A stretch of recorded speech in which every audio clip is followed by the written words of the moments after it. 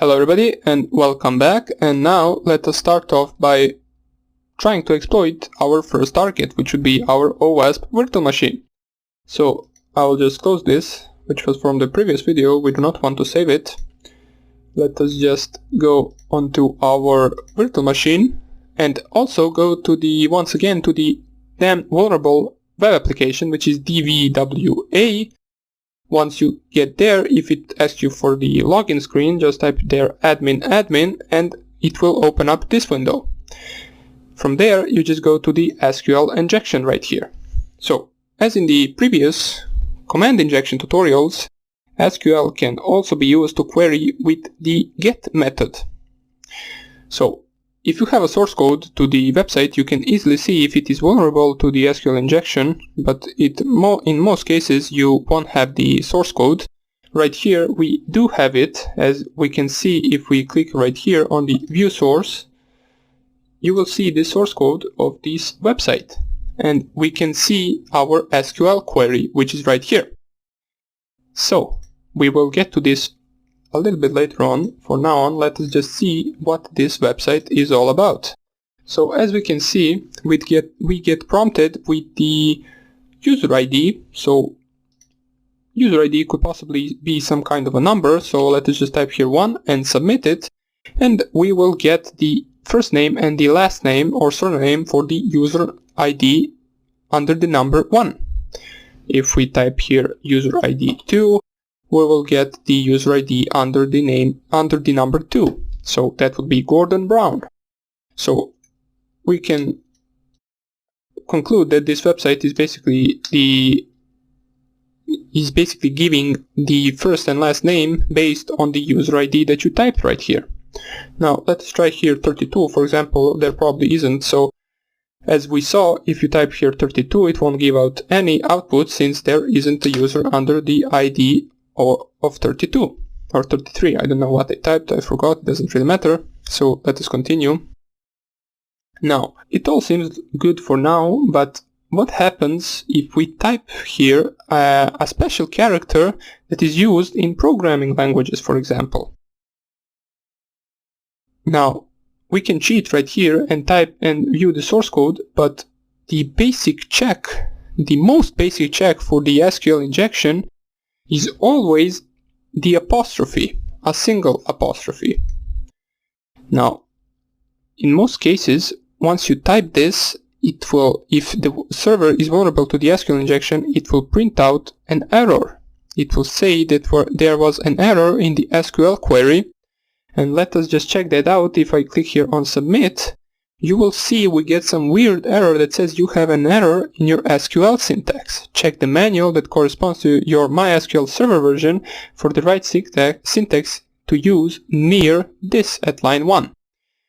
Now, if you see this on any website, it means it is vulnerable to the SQL injection, because this error means that we actually entered something that messed up with the server's code.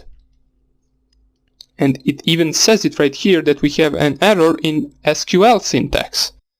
Now, that error basically is the 3 apostrophe one next to another. So, in order to explain that a little bit better, let me just go here and on view source, let me enlarge this, we can see that this is our SQL syntax.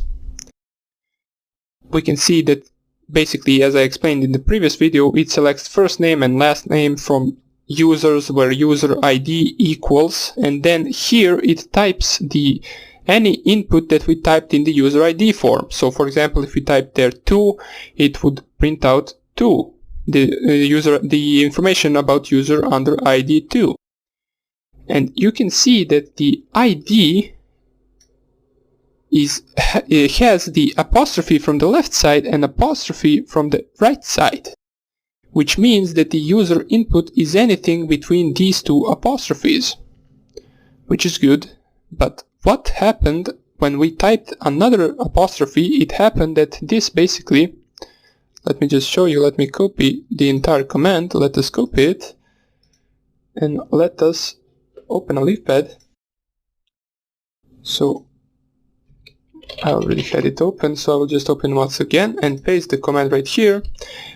when we typed user under ID 2, it looked like this. When we typed user ID 1, it looked like this. But once we typed the apostrophe, we had these 3 apostrophes, and it counted first 2 as the part of the query, and the last one was basically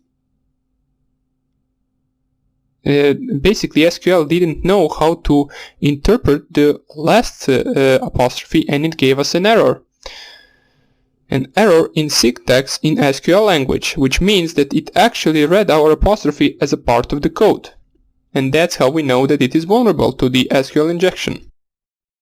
So, let me just open this. Now, and most of the time you won't have this code, but you can actually try to guess how the code might look like based on the website itself. So we could actually guess, once we type here 2, we know that it queries for the first name and the last name from some table with users where ID equals 2.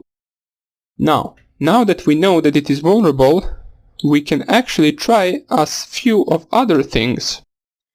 So let us try to actually type here 2 and add the apostrophe, which would end the first, which would be the correspondent to the first apostrophe in the source code. So let us keep the source code right here. So for now on, it is select first name, last name from users where user ID equals 1 apostrophe, 2, then second apostrophe, and then we can check right here, for example, and, which is a SQL syntax, and 1 equals 1. Now, let me just delete the last apostrophe since we already have it specified in the source code. What this does is basically it will check for a condition if 1 equals 1, which is always true, and it shouldn't give us any error. If you just paste this in the instead of the ID, you will see that it is a good written syntax for the SQL, and it shouldn't give us an error. It will print out the ID of username 2, and it will not print anything else. So if we just type here submit, you can see that it just printed the Gordon Brown, which is the username under ID 2, and it also checked if 1 equals 1, and since that is true, it didn't give us any error. But let's do the same thing, and instead of 1 equals 1, we type here 1 equals 2. Now, since this is not correct, 1 is not equal to, it will not print out anything. So basically it won't print out the Gordon Brown or anything else. If you click here submit, you will see that it doesn't give us any information, since it would only print out the username under ID 2 if the second condition was also met, which it wasn't, since 1 is never equal to 2. Now you might be asking, let me just type here, why am I not using the apostrophe at the beginning and at the end? Well, basically I already have those 2 apostrophes in the source code. As you can see right here, it starts off with the apostrophe, and then we just type here 2, and then the second apostrophe and 1 apostrophe, then 1 second apostrophe equals, and then another opening apostrophe 1, and we have the closing one right here, so we do not have to type it. If we were to type it, we would get another syntax error, since we have another apostrophe which shouldn't be there, as we can see right here. We have a few extra apostrophes, so we do not type the apostrophe at the end. Now that we saw how this works, let us actually try to find out how many rows and columns and tables and all of that kind of stuff are there, in order for us to get to the valuable stuff, which would be usernames and passwords. So in order for us to find out the existing number of columns, we should type here this command. So we delete basically anything, or let's just delete all. So we type here 2 apostrophe, and then we use the command order by, and then we type here 1. Now what this means is this will try to find the existing number of columns. This order by one will basically see if there is one column, and we will just go one, order by 2, order by 3, and once it doesn't give us anything, it means that there is not a column under that number. Now after this, what we want to do is type here hashtag. Now you might be asking, why are we typing the hashtag now? Well, basically hashtag is the comment in the SQL language. So anything that comes after the hashtag is interpreted as a comment. So we type here hashtag and then apostrophe, and if we type right here, we can see that the column 1 exists. Now let us try to see if there are 2 columns, for example. So we type here the same command, but instead of 1 we want to check out 2. Does that exist as well? And it does. And let us try to find out about the third column. Does the third column exist in the database? And if we type right here, it will say unknown column 3 in order clause, which means our database only has 2 columns for now. Third one doesn't exist, and that's why we get this error. Now that we found out how many columns are there, we can basically try to select them both and see what they are. We want to see, for example, in which order are these columns, and we do that with this SQL query, which is 2. And basically, maybe I didn't mention, but this 2 is the ID for the Gordon Brown, I believe, guy. And we use that so we can specify another command after that, so it gives us our desired output. So we will use union select 1 and then comma 2 and then hashtag apostrophe. Basically this will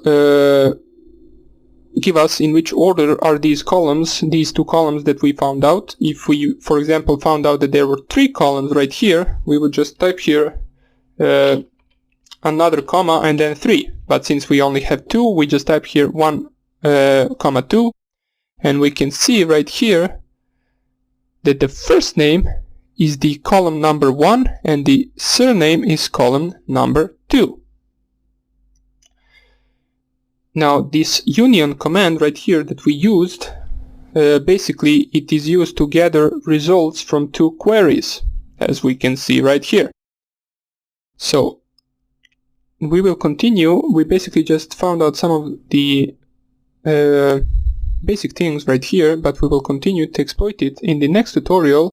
So I will just cut the tutorial here and we will continue from where we stopped right now, and I hope I see you there, and take care. Bye.